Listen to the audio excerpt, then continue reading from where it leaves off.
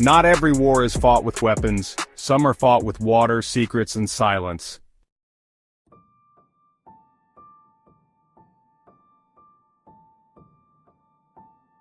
Wars are won with strategy long before a single shot is fired.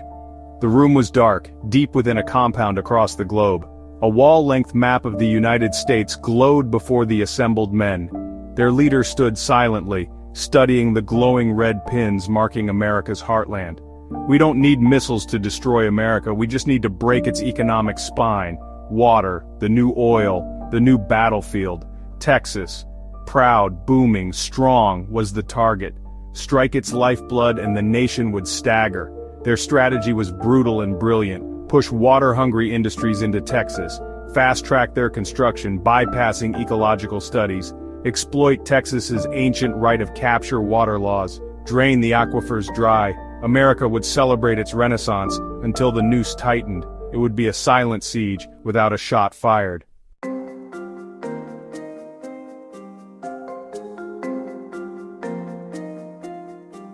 All warfare is based on deception. In Washington, the drums of a new Cold War pounded. The CHIPS Act promised salvation, rebuild American semiconductor manufacturing, reclaim national security. Billions flowed, new factories were greenlit, jobs, jobs, jobs. But buried in the bill's fine print was a fatal flaw. Ecological studies were bypassed. Warnings about water shortages, silenced. Environmental impact reviews, skipped. Samsung announced a mega factory in Taylor, Texas. TSMC broke ground in Arizona. Eloy Minsk, the tech world's golden boy, whispered about even bigger dreams. American pride blinded American caution. The seeds of collapse were sown.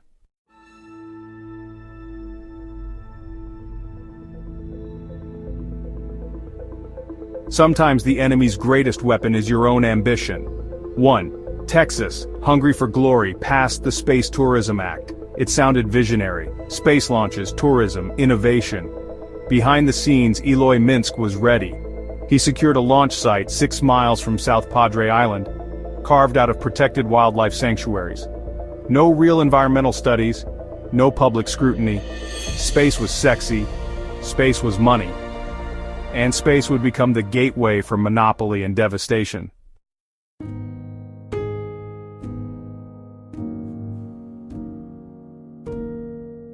When the sheep move, the wolves are close behind. One by one, Silicon Valley's titans moved to Texas. Low taxes, no regulations, cheap land, the headlines cheered. But Bob saw deeper. Each company brought insatiable water demands. Strangely, California's leaders barely protested. It was almost intentional. Texas was opening its gates and its veins.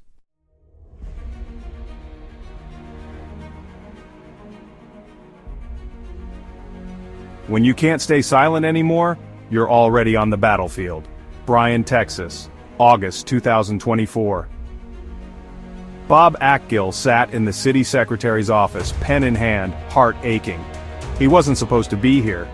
He had literacy projects to complete, tools for children across 6 nations, but something deeper stirred him. He signed the election form. Bob Achgill. Only God knows why I feel compelled to do this. His campaign was modest, no signs, no ads. 8 hours a day walking door to door, listening. His platform rested on 5 stones. 1, kick Wall Street off of Home Street, end speculative housing pressure. 2, $50,000 reward for every missing person found. Justice for the voiceless. 3, bulldoze the medians.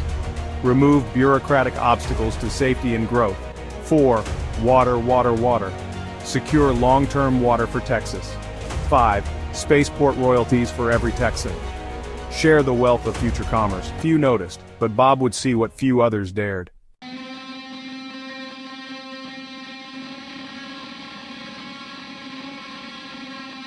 A lie can travel halfway around the world before the truth even ties its shoes. In May 2024, Bryan's city leaders learned the terrifying truth.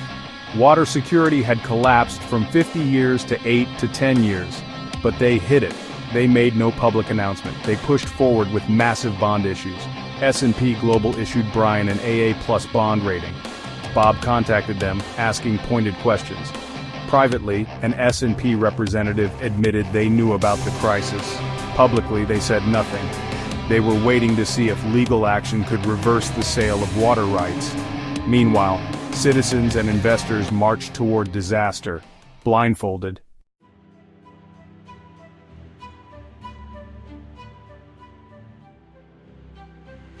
The price of loyalty is never counted until it's too late. A rancher was offered $450,000 for his water rights. Torn inside, he confessed to a trusted shopkeeper, "I feel like I'm selling out my neighbors. But if I don't sell, I'll lose everything." The shopkeeper begged him not to. Not long after, the rancher died under mysterious circumstances. Months later, a Texas ranger, acting on a hunch, found a letter hidden on the ranch. "This land fed my family. These waters ran clear. I fear I'm betraying not just my name but the future. If you read this, know I tried to choose right. God forgive me if I failed." His land held 10% of the region's critical aquifer access, and now it belonged to the water barons.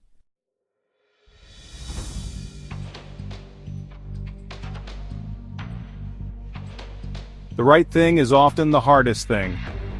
Bob proposed a solution, a 21-foot pipeline from the Gulf to Dallas. Israeli desalination technology, reliable water for Central Texas at 20 cents a day. But it would take 8 to 10 years. The same window the aquifers had left. The clock was ticking.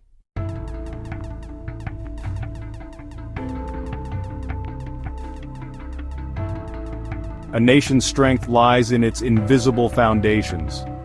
Central Texas cities generated half of Texas's GDP. Their collapse would trigger a statewide and national economic catastrophe. Still, leaders pushed growth without regard for reality.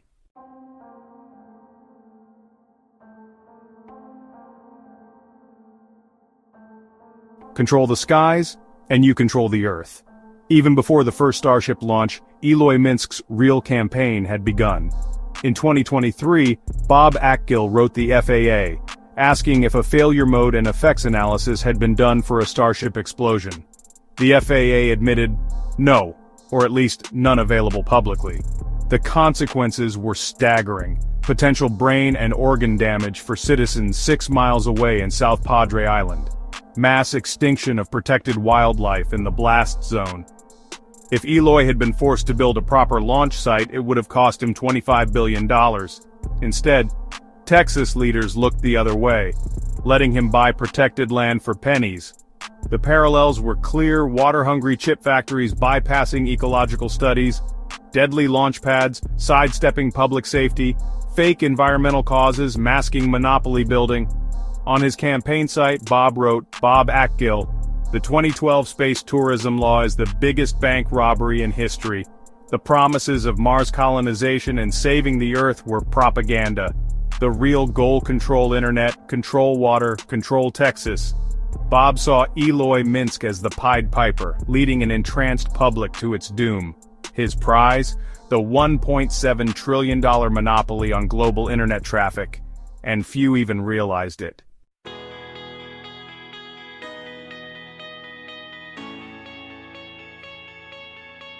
The riches of space should not become the monopoly of a few, but the heritage of many. Bob called on leaders to return campaign donations from Minsk, amend the Space Tourism Act, guarantee 90% of Texas space launch profits go directly to Texans. But few listened. The machine rolled on.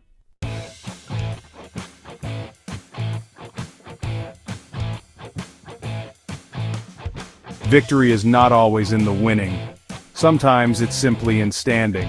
The deeper Bob pulled on the tangled threads, the clearer the picture became. It wasn't just greed, it wasn't just incompetence. It was orchestration. America was not being conquered by bombs. It was being conquered by its own reflection. Like the defenders of the Alamo, Bob stood with his 5 stones, a solitary voice shouting into the storm, "Remember the Alamo, remember who we are."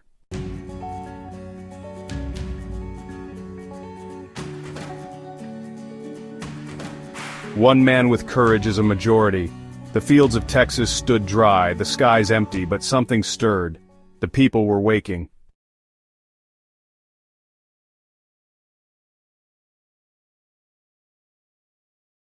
He had seen it firsthand.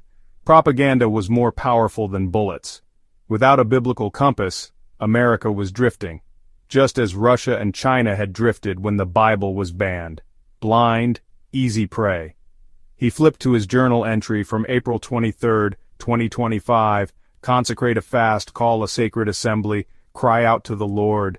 In the margins he had written, "You really know how to get our attention, just cut off food and water.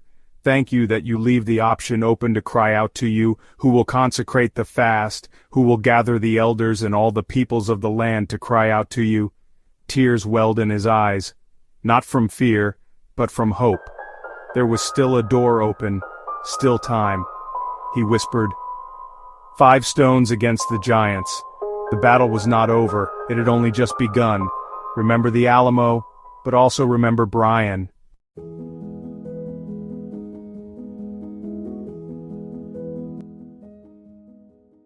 The end.